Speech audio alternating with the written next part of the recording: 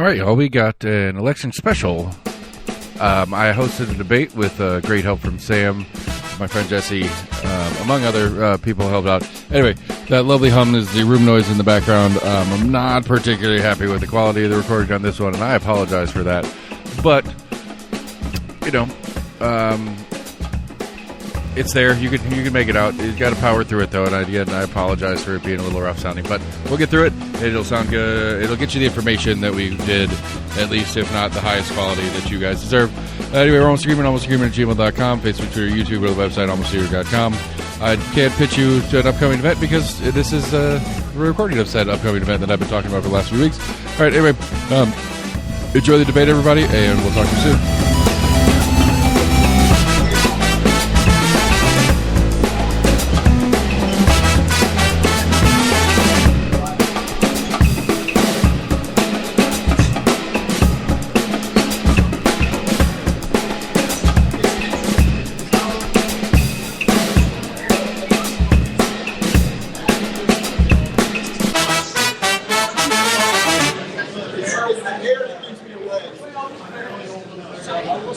This one. Hi, everybody. If I get down to the candidates, will you make your way to the stage? And grab one of the lovely 4 seats next to me.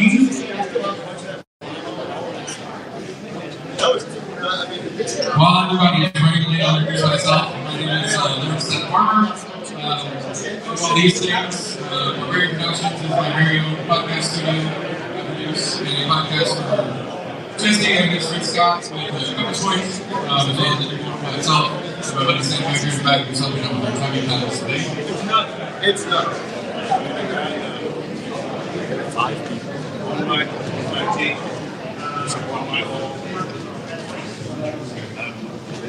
Going viral. Real quick, I'd like to thank Relix for hosting tonight, as well as their staff. They're volunteering for this, so buy a lot of drinks. They took really generously. We appreciate them for supporting civic engagement because this is important. Alright, with all that said, moderators this evening, I have Jesse Fisher. He is the co-founder of Compass, an independent local news outlet at compassdocs.com. He has worked in journalism and communications for 35 years. He's a former editor of the Metropulse and a former reporter for the Knoxville News Sentinel, and also served as the communication director for former Knoxville Mayor Madeline O'Hara. I also have Allie Feinberg with me. She's the political reporter at Knoxville Sentinel, the USA Today network paper. Pardon me, Bo, I apologize. Where was I? She has reported on politics in Knoxville since March of 2023, shortly after graduating from the University of Missouri School of Journalism. Her political accountability reporting and public service journalism has been recognized locally and statewide. So, to get us started, each of the candidates is going to have 2 minutes. I didn't turn your microphone on, guys. If you guys hold the color button on yours and turn them on. Start with Bo since he's next to me. Bo is going to have 2 minutes to introduce himself. We're going to work our way down the line. And then Jesse and Allie are going to take over with our series of questions. Thanks again, everybody, for coming out. You can go over. I'm not a stage person, guys. I apologize. I'm going to let Jesse talk for just a second, and then we're going to do your questions. So after the opening remarks, we're going to have 2 minutes to introduce themselves. We're going to move into questions. And here's how this is going to work. The first question is one that they have all been provided in advance because we were looking for some pretty specific answers to it. So they will all get a chance to answer that one. And then after each question, so they will each have 90 seconds to answer each question. After each question, they will each get another 60 seconds to respond to anything they want to respond to or add anything that they want to add about that question. With the caveat that we do ask candidates to refrain from any kind of personal attacks. If there are any kind of personal attacks, whoever is the subject of the attack will get 30 seconds to respond to it. So that's how we're going to go. So we will start with Mr. Hawk for his 2-minute opening remarks.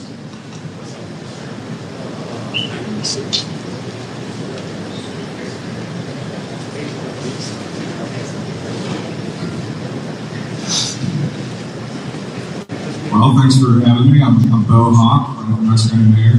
I'm a Knox County resident. I'm a renter. I'm a labor leader with the Iron Workers Union. I'm the president of the Central Labor Council, which is 30 plus unions in the area, thousands of workers. And I work for the Building and Construction Trades Council, which is all the laborers, the carpenters, the operating engineers. So I've got a lot of experience fighting for working people and trying to get more opportunities for trade and better jobs for folks in the area.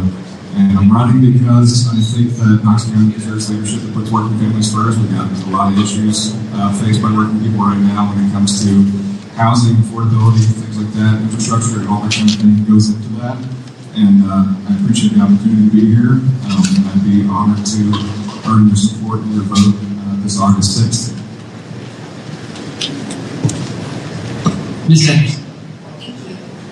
I think I'm taller sitting in the chair than I am standing, but I'm going to stand. My name is Betsy Henderson. Thank you so much for coming out this evening and for having us. I was born and raised here in East Tennessee. My mom, who's here tonight, was born and raised here in East Tennessee as well in Knox County. And my dad came here from Greece when he was 16 years old. His parents put him on a boat through Ellis Island with $50 for a better life and opportunity. And he taught himself English. My dad didn't graduate high school. He met my mom at UT when my mom was a student there. And together they started opening up restaurants together. So they had the Varsity Inn on UT campus and a few other restaurants. And so I'm the daughter of two small business owners. And I know when you're a small business owner, you are the CEO, you are the janitor, you are the bookkeeper, which my mom was, and we stock the shelves. So I'm very passionate about promoting and protecting our small businesses here. I graduated from UT in 2001 and moved to DC the week of 9/11 to work for Congressman Duncan. And I met my husband up there. We moved back 12 years ago with our children. They were 3 and 5 at the time, and they're now 15 and 17. We wanted to have a place to raise our children that shared our morals and values, a place where we could afford to live. And so we came back home. In 2020, I ran for the school board during COVID, so I was a driving force to keep our kids in schools, out of masks, and keep small businesses open. I also fought to keep police in schools and get back to basics. Over the past 4 years, we've increased our literacy scores by 10% and our math scores by almost 10% as well. So I'm really proud of the work we've done on the school board. And now I'm looking forward to this opportunity running for Knox County Mayor. Early voting does start tomorrow. We need strong conservative leaders to stand up and make sure that we keep our taxes low, ensure smart growth, and protect our freedoms, and while we love living here in East Tennessee. So thank you so much for having us this evening. Ms. Frazier.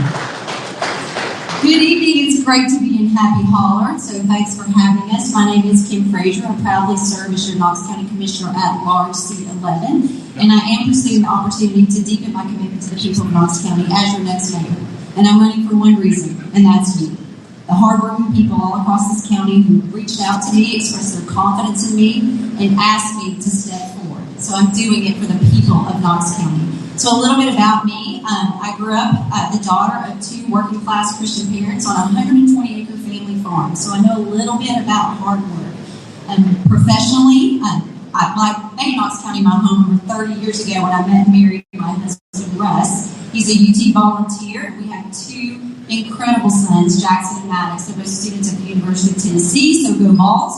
And yes, my blood does run orange, even though I'm a transplant. In the 30 years I've been here, I've worked as a healthcare executive. I have been the HR director for a global company, and I've owned a small business. And I tell you that because experience matters. Your mayor is the chief executive of a large, complex organization responsible for thousands of people, setting policy, managing budgets, and making sure that your services are delivered efficiently every single day. So the last 15 years, as both a community advocate and as your elected official, I have been addressing the things that impact your daily lives, mostly addressing the impact of growth and development on traditional infrastructure needs. And that is what I will continue to work on tirelessly as your mayor. I want to balance growth, I want to address our infrastructure, and I want to maintain our central services. And I know how to do it. I would be honored to earn your vote, and thank you all for being here. And Mr. James.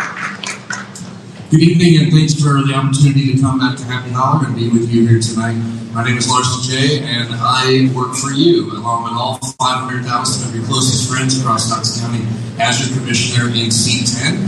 That means I represent everybody from Corrington to Farragut, from Halls to Seymour, and everywhere in between, just like here.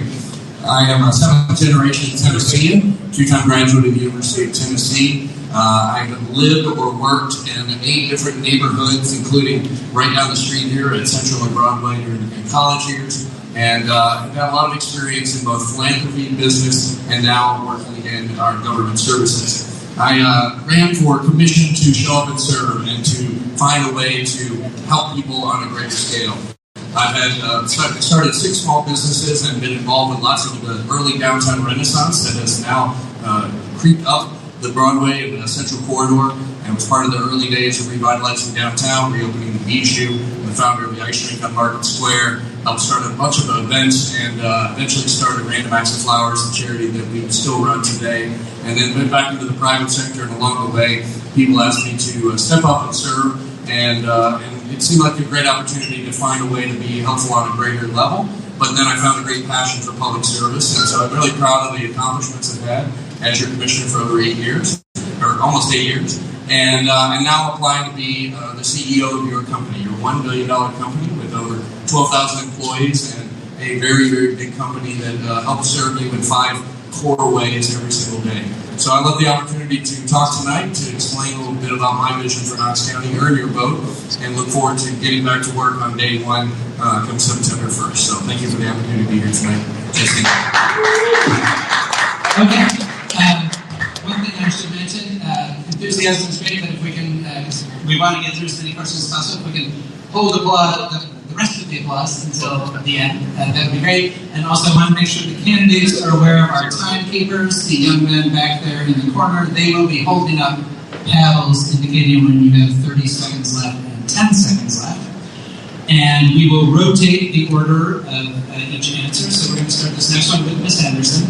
This is the prepared question that we sent to the candidates, so have 90 seconds to answer, and then again there will be a 60-second response or continuation. So here is a 2-part question. Please find one item in the 25-26 county budget you feel is overfunded, why, and what would you do with that excess funding?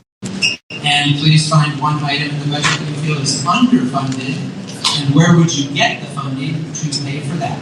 Ms. Henderson. Yeah, this is a great question to start with. And only one item.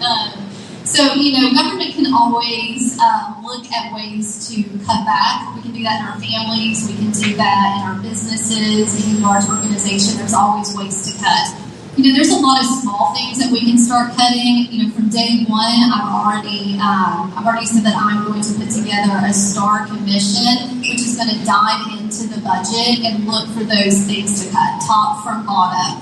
This commission will be made up of small business owners and local citizens.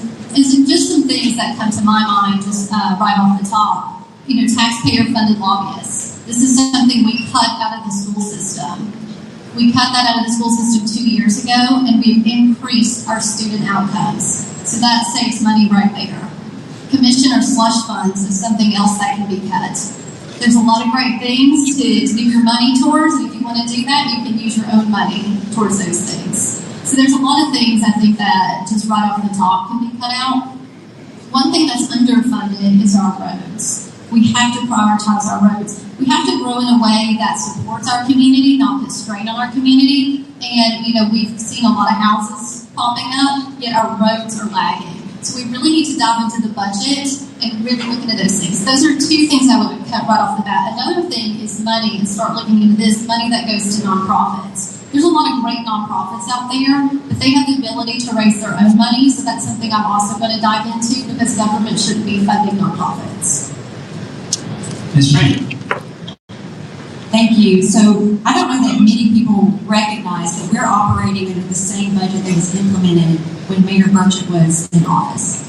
And then it was adopted and implemented under Mayor Glenn Jacobs, 2 of the most fiscally conservative leaders we've had in Knox County in a very long time. One thing that happened during COVID is that we did a workforce reduction. And then we did a hiring freeze. And so there have been a lot of cuts that have been made. And so it's very hard to say that there is a lot of waste or excessive spending in this budget. And so one thing that I would do that's a little bit different is that I would look at operational functions. I have said that first year when you're operating under this current mayor's budget, you have some time to get in there. I will do an internal assessment of all policies, processes, and partnerships across the county departments, and I will identify opportunities for efficiencies. And I know that we can cut some costs there with operational functions. Things that are underfunded, of course, roads. You have to understand how we fund our roads. It's a layered approach. Federal, state, and local taxes, funds, and grants. We also need to strengthen our participation in the Transportation Planning Organization. They funnel those dollars here locally. And we need to go after more TIP money, Transportation Improvement Program dollars. That's what I'll do. And then over the 4 years, I want to take all natural growth on our transportation revenue taxes, our sales tax, gas tax, and wheel tax, and I want to apply that to our paving budget and go from 7 to 20 million gradually over 4 years, and that will get us at a point where we are no longer falling behind. Mr. J. Knox County only provides 5 core services for you every single day. Really simple. Education, safety, infrastructure, health, economic development. That's what we do every single day. We provide 5 core services, and those are essential to sort of the daily life and quality of life that we have, and including our safety, education, infrastructure. One of the things that I think that we're a little overfunded are, and I don't think it's necessarily overfunded, it's just a priority that I probably would change, is in our Parks and Rec department, where we spend a lot of time, a lot of money on programming, but we do that at the deficit of actually improving the parks. So we have these assets that need more infrastructure and more upkeep and more maintenance, but we spend a lot of time on sort of fun parties and things like that are nice to have but not need to have. I'm not sure exactly why Knox County needs to be in the golf course business. Nice to have, not need to have. So I would really focus on those 5 core services and skinny us down as fast as possible. The thing that I would say is underfunded, and there's a long list of them, but the one that I think hits home the most is our investment in our law enforcement professionals. This is probably the hardest job in all of Knox County government. It's the most dangerous, it's the most difficult. We have people that are working 2, 3, 4, 5 jobs that are trying to just make ends meet. And if we don't have great officers, we don't have a great safe community as a whole. And it is a direct result in what you get back and what you put in. How would we fund that? I've run out of time, but I'm happy to continue talking about it because I'm sure it's not the first bunch of questions you're going to have. And Mr. Hawk. So when it comes to PBA management, fiscal year 2026 went up $1 million. It's at $11 million in that budget.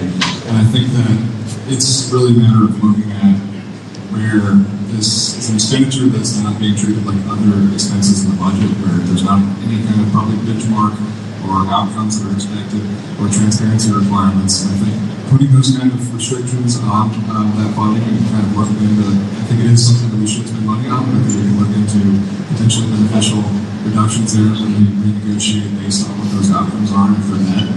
I think that for what I would put more funding into, in addition to the law enforcement, which I agree with Larson about, I would say that emergency medical services, especially when it comes to response times in the rural parts of the county, I think we really need to bolster that.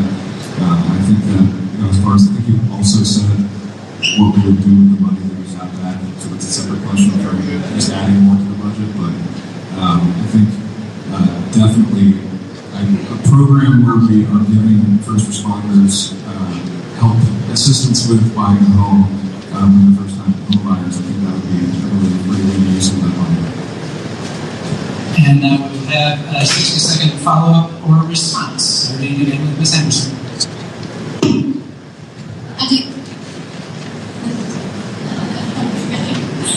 I do want to say when it comes to roads, and there probably is a road question in there perhaps, a lot of people, and Kim did mention it, a lot of our roads are, fall under county, state, and city.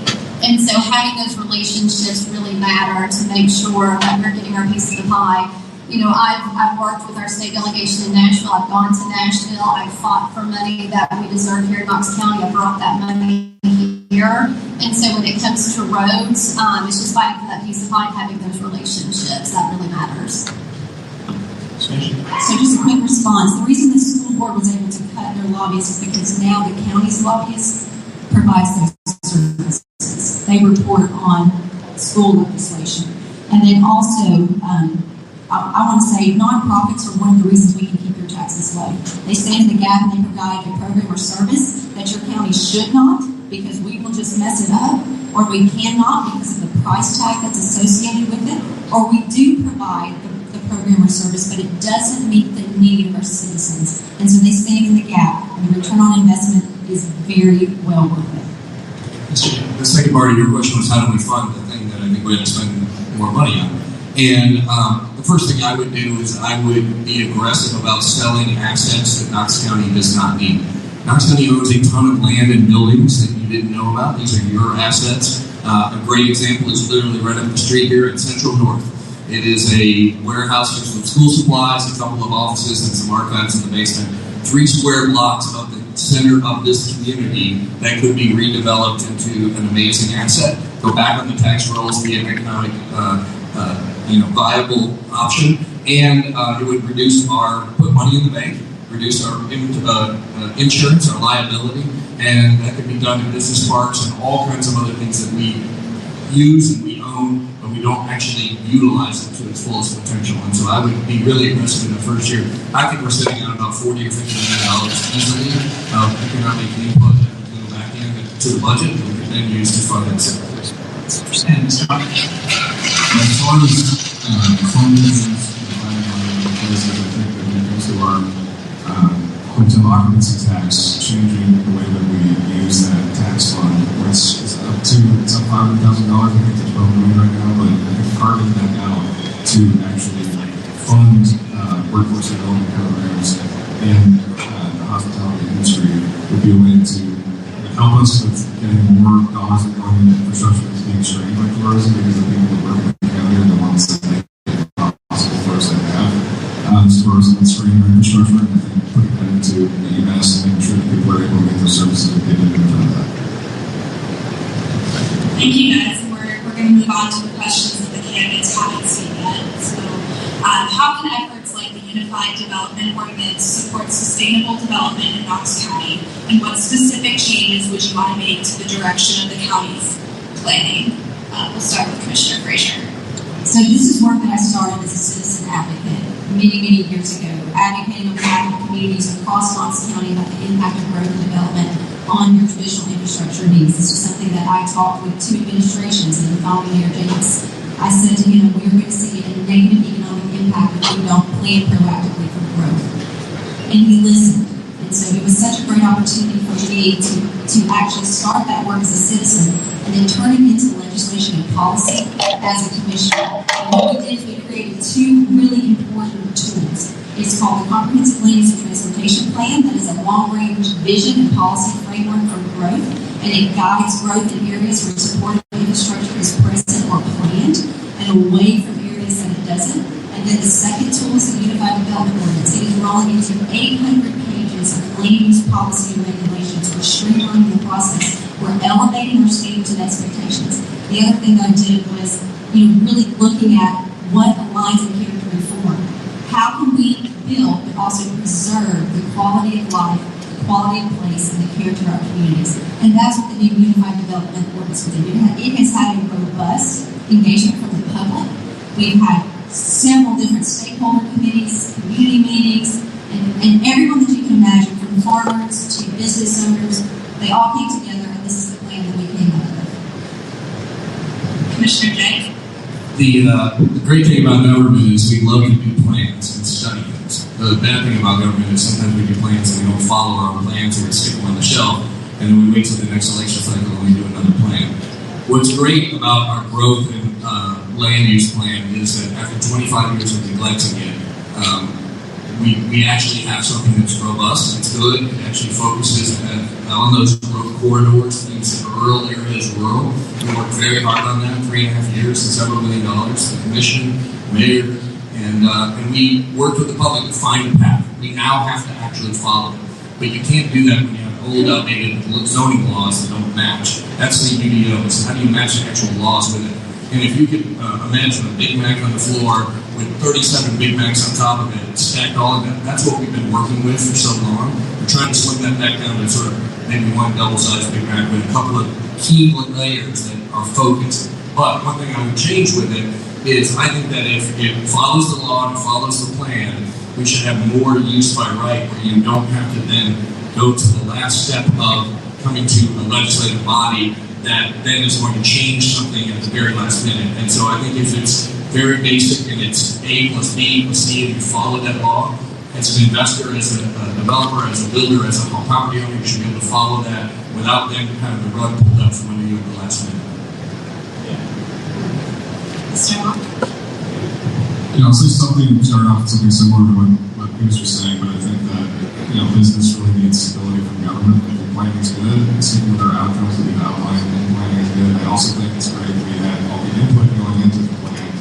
But I think when it comes to making things that should just go to the planning commission have to go to the county commission, I think that's a good idea. I think people should have the freedom to develop things as long as they're working within the rules. I think that I have heard concerns from some business owners when it comes to some of the additional layers that we added to the video when it comes to the future land use zoning map.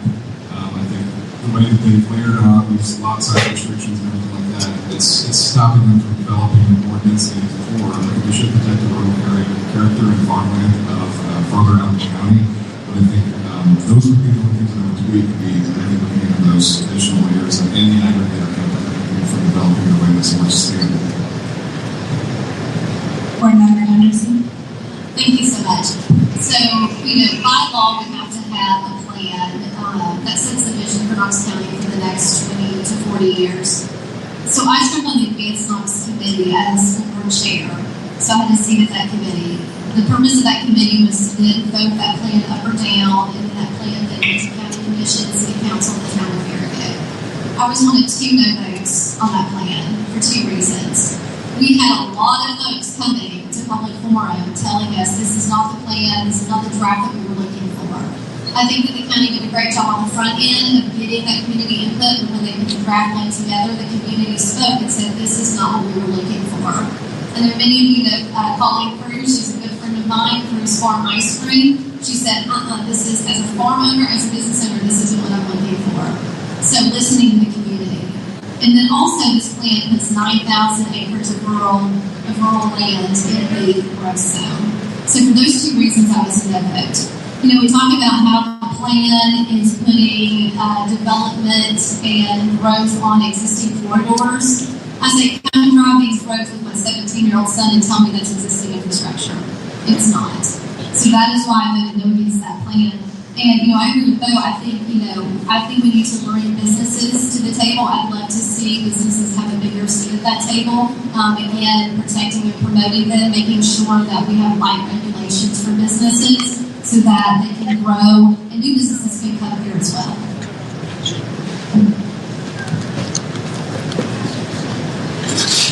Okay, and so you now have a minute to respond if you want to follow up or address anything that anybody else said. Sure. So as a citizen, I want you all to know that I formed several community groups that were advocating for intentional growth and coordinated infrastructure.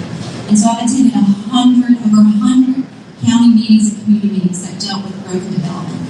So as Ms. Henderson said, the state does mandate that every county have a growth plan. In Knox County, we did that. In 1998, they did public chapter 1101, mandated growth plan. Knox County responded, implemented in 2001, and then we never looked at it again. So 25 years of monthly rezonings happened, meaning every month someone was bringing forth a parcel to be rezoned, and then never looking at it again. So when it was time to update our map, what we found were thousands of acres that had already been rezoned from ag to PR, limited to residential, commercial, that were still in that mandated rural area. And so it only makes sense to then move those into what we call now the plain growth area.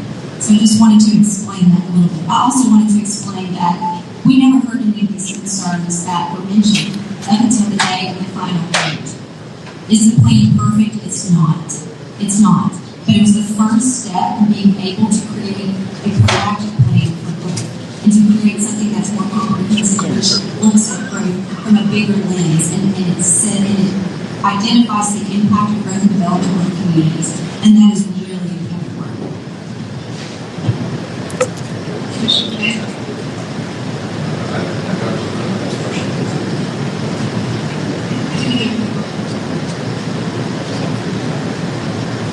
Did you want to follow? I went to some of these community meetings, and I would love to see more intentional community input in some of these meetings. You go, and they give you some sticky dots, and they're like, here's a big poster with all these words on it. Some commissioners were like, this doesn't even make any sense to me. There's all these words, all these things. They drown people in information, so I would love to see those meetings more streamlined, more intentional community input for folks. Okay, next question. We'll start with Mr. J. Most of you have mentioned the need for infrastructure improvements. We know from talking to voters that that's one of the major issues that they see in the county. So given the county's budgetary restrictions, how can you afford to invest more in infrastructure while still providing services at the level that taxpayers expect? That's the magic question, is that we balance growth with a moving economy with all of the needs that are behind it. When it comes to roads very specifically, I think there's a couple of things you have to do. One, you have to make it a priority, and you have to actually decide that you're going to focus on it. We should be paving about 180 miles a year, basic maintenance. We've only max we've done 60, usually do 40 or 50. So every year we fall farther and farther behind. So if you actually have excess funds at the end of the year, you want to put into the paving. If you have ways to actually focus on that, then you can get caught up really quickly. But I think the one way that I would switch the current model of kind of waiting for us to figure it out and waiting for the state to figure it out is I've actually proposed to the state a block grant model and a need-over model where basically the state routes, you guys know, Emory Road, Tazewell Pike, North Shore Drive, Washington Pike, these are state routes because they were built in 1700 or 1800, and they are not even on the list for improvements. So we're talking 20 years before it even gets going. What I propose to the state is let us be the speedboats of infrastructure. Give us the road. Why does it need to be a state route? Just because it was before? Give us the road and give us a block grant for, say, 80% of that road. Let us put in 20%. We'll build it faster, better, cheaper, in a shorter timeline that will then be able to support the infrastructure. With the growth of the economy that builds around it, we can pay for our 20%, get a block grant from the state, get onto it faster, and turn us into a more driven model on the local level. Mr. Hopper? Yeah, I think definitely pursuing grants and public-private partnership is a big part of it because this is the question that we're all talking about all the time. And it's really difficult. But I think reprioritizing is definitely a good place to start. I think doing an audit of all of the road systems we have and having the hierarchy of priorities when it comes to what we need to maintain and having a more proactive approach with this. I think as we're talking about that, we can pursue some more funding avenues and just go down the list. Ms. Anderson? Thank you so much for this question. We deserve infrastructure that supports our families, our neighborhoods, our businesses. And, everything's a priority. Nothing's a priority. So it's really about prioritizing core services and then just getting government out of the way. So prioritizing roads, schools, safe neighborhoods. And, like I said before, a lot of our roads fall under the state and federal. And so having those relationships, I have a great working relationship with our state delegation and our federal delegation as well, and making sure that we are getting that money we deserve here in Knox County and, making it a priority. So there's a lot of talk about roads, but I've actually been addressing roads over the last 4 years, working directly with Engineering and Public Works. We've been able to go through 7 or 8 transportation mobility studies, pull those priorities of road improvement projects. We've also looked at our overall condition of pavement, and we have prioritized the paving across Knox County. And I've spent, I can't even tell you how many hours getting out into the communities and finding out the priorities and actually getting the roads paved. Over $100 million I've worked with Engineering and Public Works to secure paving for our roads. We need more. I explained this a little bit earlier. We have a layered approach. We've got to get strengthen our participation in the transportation planning organization. But the other thing I did when I came on commission that had never been done in county history was I worked with the legal department and engineering and public works and passed a resolution so that growth pays for growth. Meaning, if an applicant wants to come in and they want to put 300 houses in an area where we don't have planned infrastructure, we can require that applicant to fairly contribute to the improvements that their developments will require, instead of it being on your taxpayer bill. Follow-up, Mr. Jim? Just a quick follow-up. The way I would actually approach it would be from the neighborhoods out. And we have some folks here from Mount Royal on the north side of town. And this was a very, very typical neighborhood. Over half of our neighborhoods have not been repaved since they were installed. And so you had commissioner after commissioner that said, yeah, we'll figure it out. And they called and sort of said, please come walk with us and see it. And it needed to be repaved. Focused on it, got repaved. So I would actually start in everyone's neighborhoods, and then I would move to the Knox County roads. The biggest thing we feel is the congestion. And that congestion is real. We're now in the top 5% of most populated counties in the entire country. It happened overnight, and so it's definitely more congested. We've got to actually find pressure valves to put it in those in, like roundabouts, turn lanes, things that keep people moving, and then it will feel a little bit different, and then we can move our state routes. But my approach would be to start in the neighborhoods and work my way out. Mr. Hott?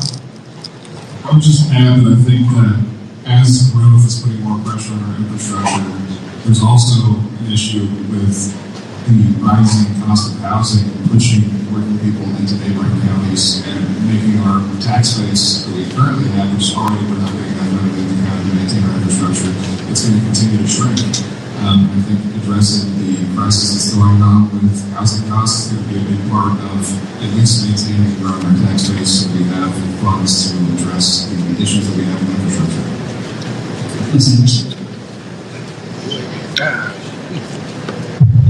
There we go. I don't have a lot of voice. I just want to say that roads are obviously a priority and they're lagging behind, and you have to look at the people who have served on the board, who's been on a county commission for 4 and 8 years, and our roads are still lagging behind. So you have to look at the people that have been serving on the boards and what impact have they made. Mr. Jim, can you follow up?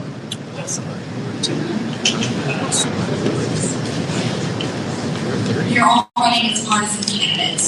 There are a variety of factions within political parties in Knox County and plenty of voters who are not affiliated at all. How does your party label guide your governing style? Mr. Hott? It's an interesting question. I honestly, my work for years, I have really worked hard to frame everything that we're doing in nonpartisan terms. It's kind of new to me labeling myself. I kind of lost some sleep thinking about it. If I wanted to really jump in there, and because I've really been successful and really proud of how much work we've done at the Central Labor Council by getting people to work together regardless of political differences when we don't get sucked into all those different issues. So I think when it comes to governing, I would take a really bipartisan approach, and I would not be putting party first and be putting what's good for the county first. I think that there's no Republican or Democrat way to change the model and fix roads. So. I love this question. I am a proud conservative Republican. Yes, I'm a conservative Republican. I'm 1,000% pro-life. I believe in protecting the unborn. I'm pro-Second Amendment. I believe in not raising taxes. And I believe in the Republican platform from Donald Trump to our state delegation, our federal delegation. I am proud to say that I'm a conservative Republican.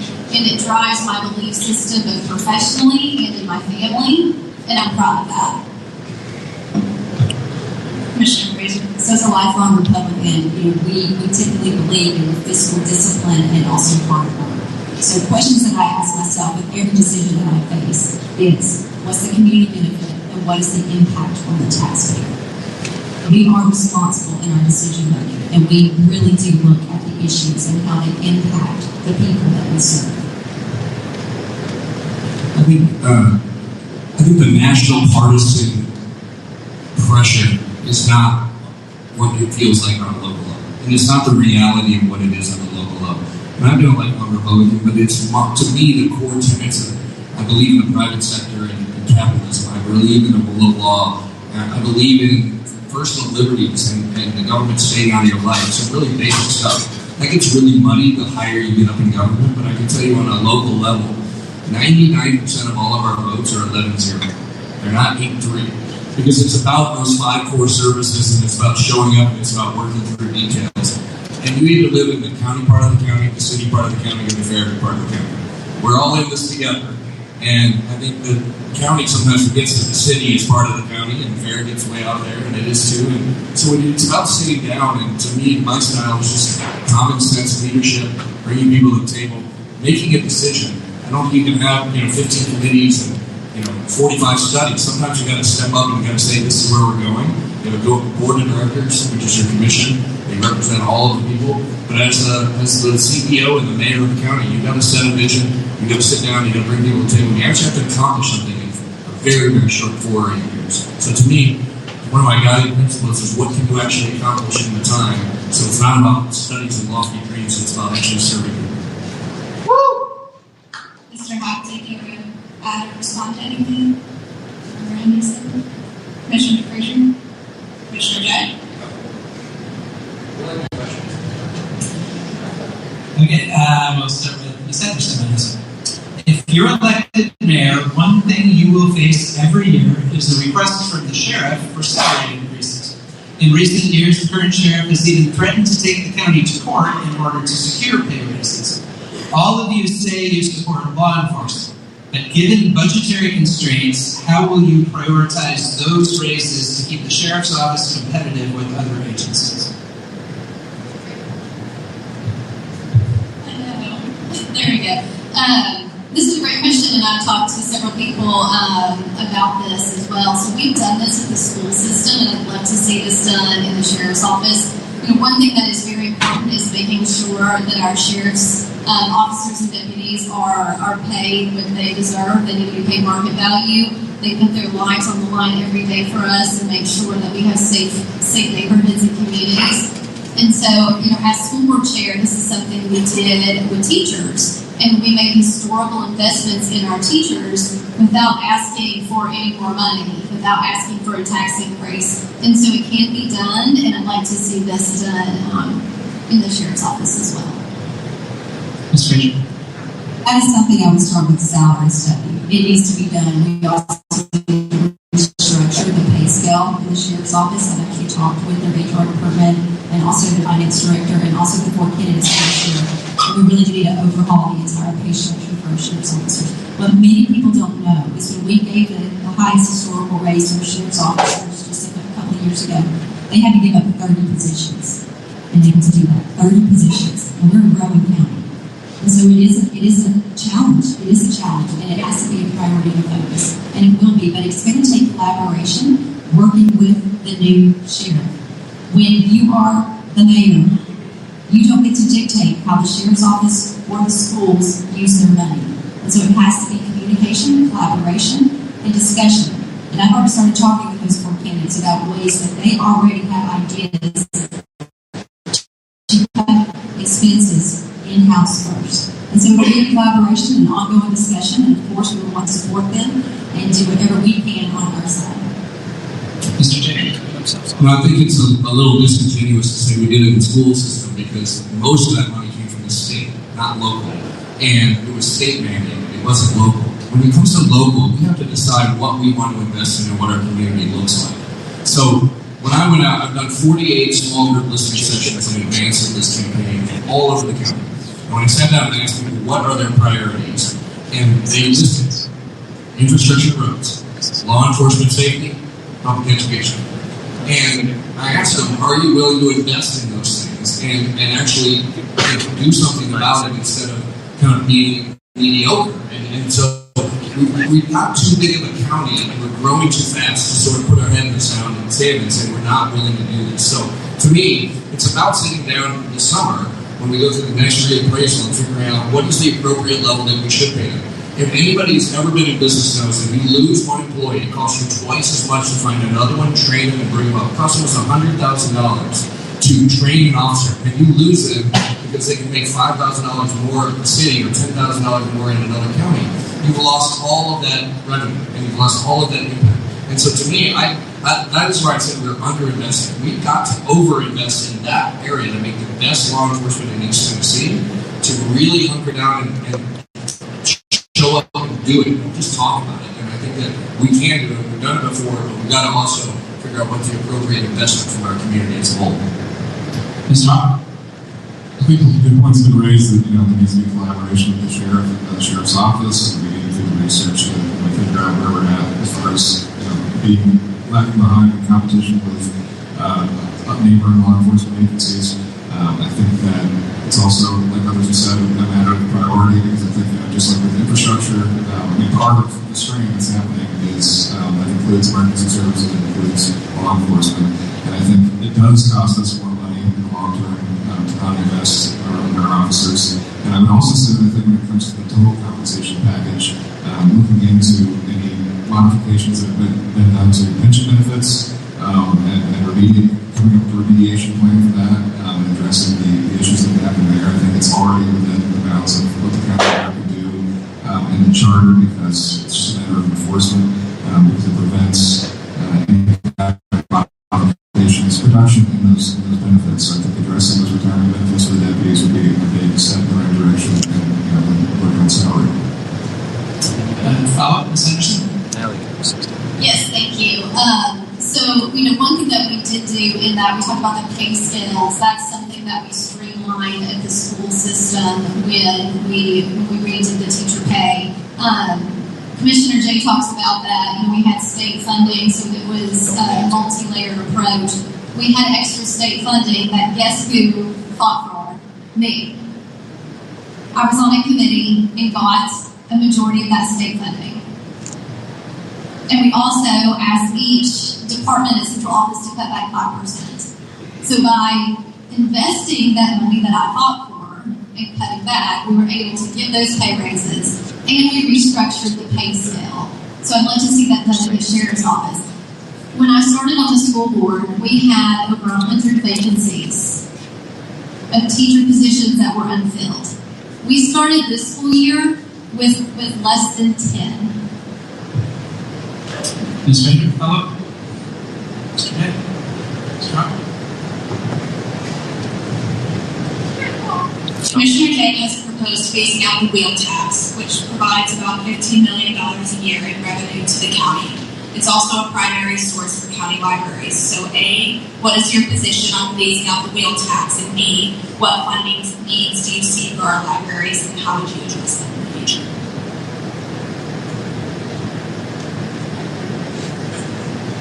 So I would not be in support of phasing out the wheel tax. We're just not positioned fiscally as a county to do that. We need that revenue. It is part of our paving budget. We can't afford to lose that. Our libraries are essential to the education of our children, and they are part of our infrastructure. We need to support them, and so I would not be in support of doing that. Should I go and wait till everybody says no and then say yes? Okay. I am in support of it. I introduced this last year for a couple of basic reasons. One, when I think the government, when it makes a promise to you, it ought to keep a promise. And 23 years ago, it was proposed, if you get a wheel tax, then we'll build you a new downtown library and a justice center and a bunch of other things. They did build some stuff. They built some schools and senior centers, but the main promises were not kept. And then I just don't like double taxation. It's really simple. And it reads in the code, for the privilege of using the public roads and highways, we install a privilege tax. For using the thing you've already paid for, we give you the opportunity to pay us again. And I just don't like double taxation, man. So I don't like promises not being kept. I don't like double taxation. 6 of our surrounding counties. And we can afford it. So I introduced it last August. The commission said, let's wait 6 months and see where our economy is. We waited 6 months, we came back. At that time, it was last month, $8 million ahead. We were $8 million ahead on our revenues, and we were under budgeted for our expenses, so we were about $10 million to the plus. I proposed a 5-year rollout, phase out, which would cost $1.7 million the first year, and a little bit more each year until we phased it out. So if you're $10 million ahead, they keep cutting me off on purpose. I'm going to make the pedal guy put his hand up his feet. We're $10 million ahead on our budget for the year, and it's cost $1.7 million. We can afford to do it, and we can still fund the libraries and our paving out of our general fund. I just want to move things that we're funding from this bucket to this bucket, and return a little bit of promise in the government to you. Put money right in their pocket. It's good. Yeah, I think as the budget stands right now, and without having secured the funding to replace it, I think I'm not in favor of phasing out the wheel tax. I think maybe looking at modifying it, making it lower, we've got cheaper vehicles and like that. There's interesting thing to look into.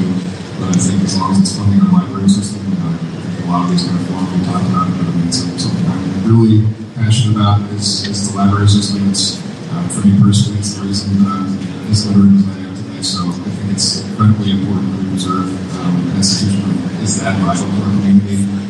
So yeah, I hope that we do that. I'm a little confused because Commissioner Jay says that we can afford it, but then he also says we're going bankrupt as a county. So I'm a little confused about that. So I don't know.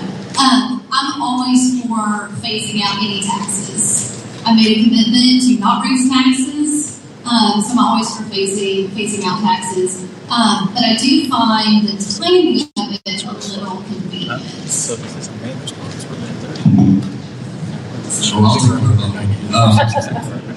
I introduced this last year, long before the election cycle, and we can't afford it. Just imagine, forget the government part. Imagine I was the new CEO of a $1 billion company, and I came to you in the board and I said, I would like to cut 0.15% of our budget. 0.15% of our budget. And oh, by the way, our revenues are going to exceed that, so we can move this from here to there. You would think that's kind of a no-brainer, right? First tax cut proposed in the last 25 years. First one. We can afford it. Sometimes you can chew gum and walk at the same time. The reason we're on a fiscal cliff, which I'm sure you're going to get to, which Ms. Henderson referred to, was 20 years ago they did interest-only bonded debt, which is balloon payments that can come due. And in 4 years, we're in a critical mass where we can't pay our bonded debt without cutting significant services. We have a looming debt crisis we've got to deal with, but if we as a company cannot cut 0.15% of our budget and still figure out a way to move forward, then boy, we're in the wrong business. And I think that's the business-minded CEO approach that I would take. We can do it, and we can fund the libraries, which I believe in. Sorry, hold on, 2 panels, so that's really stop. Sorry. Commissioner Frazier? Thank you. I just want to give you some information. So typically the public sees a $1.1 billion operating budget, right? And so by state statute, most of our revenues are mandated allocations. So services that we have to provide to you. And there's required and there's authorized. And so right on the top, we're looking at $743 million for schools, gone. $115 million for law enforcement, gone. Then you have our debt payment, $86 million, gone. Pensions, $17 million. So what we are looking at is actually about $139 million of flexible operating dollars to provide services for over 500,000 people. And so any cut that you make, that percentage is coming from that $139 million. Now, what the public also doesn't understand is that there are lists and lists and lists of identified needs that the county has. Also, every department across Knox County has competing priorities. So all of those identified needs and those competing priorities are all trying to get a piece of that $139 million. Schoolwoman Henderson? And it's about prioritizing good roads, good schools, safe neighborhoods, get out of the way. 2 of my priorities are already in that, schools and safe neighborhoods. So I'm here to have $139 million to work on roads. I'm just kidding. But, it's all about prioritizing. And, as a school board chair and as a school board member for the past 5 years, one of the things that we dealt with is we need more money, we need more money, we need more money. Throwing money at a problem doesn't solve a problem. It's about living within your means, and government should serve the people, not the other way around. Mr. Howell. Same with mine regarding capacity for this question.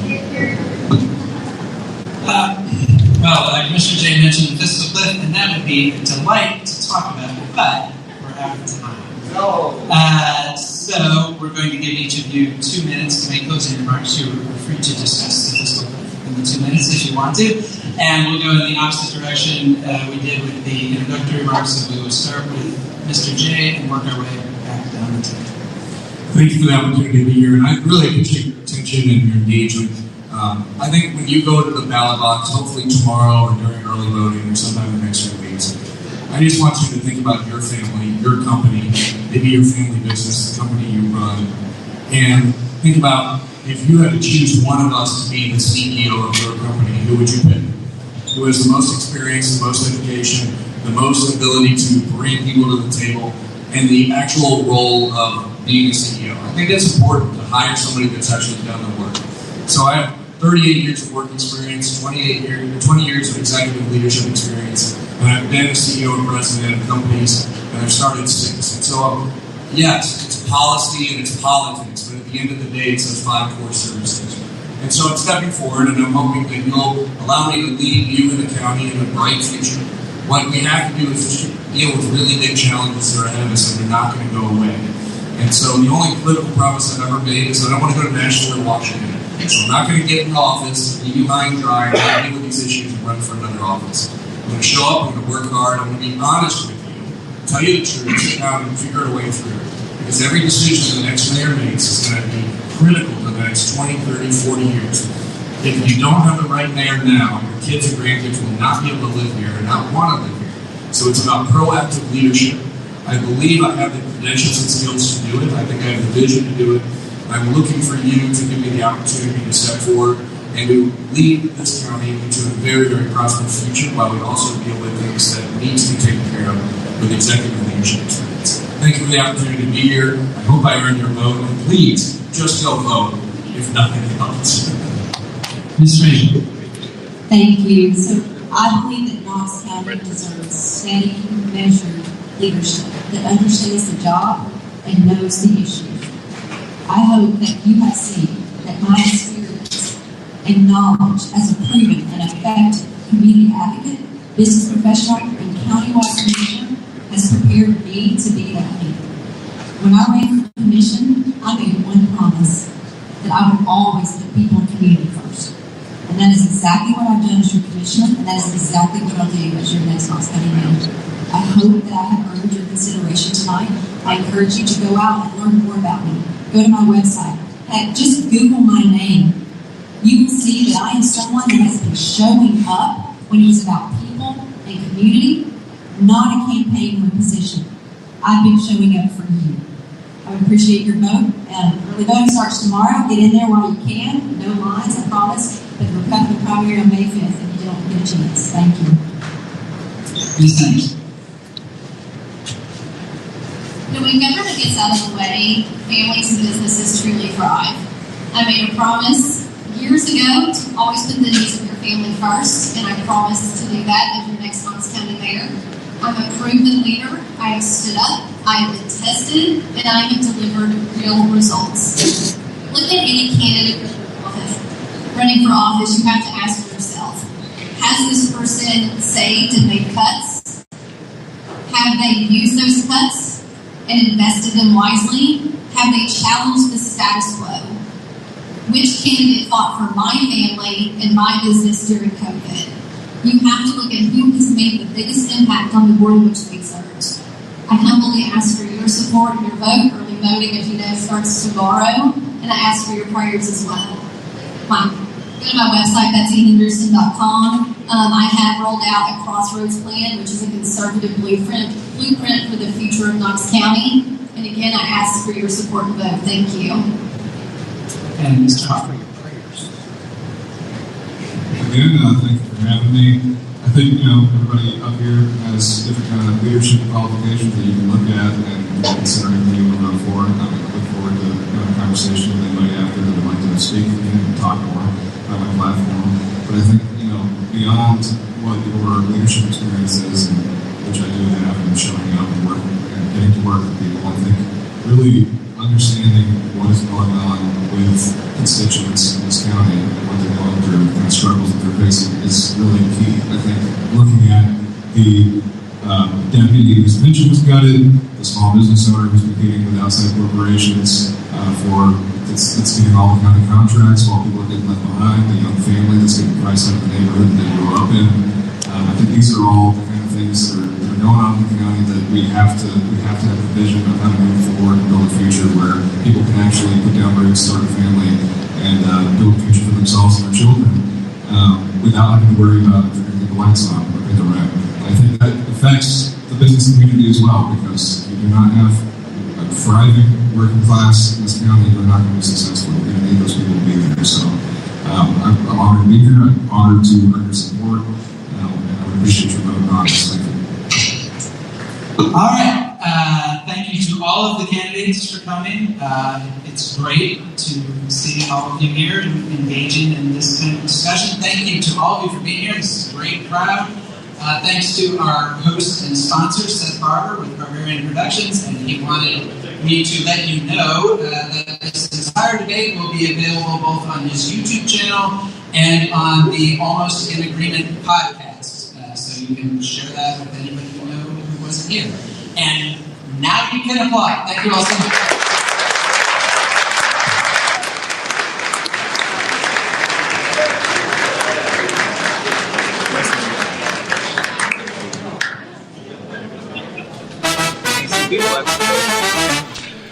Like I said, not my best audio work, and I do apologize for that. But hope you made out most of what was going on there. It was an interesting conversation, and I hope you learned something on it. Early voting has already started. The primary election day is May 5th. Get out there and vote. Hopefully this helps you make a decision. Thanks, everybody. We'll talk to you on a regular show soon.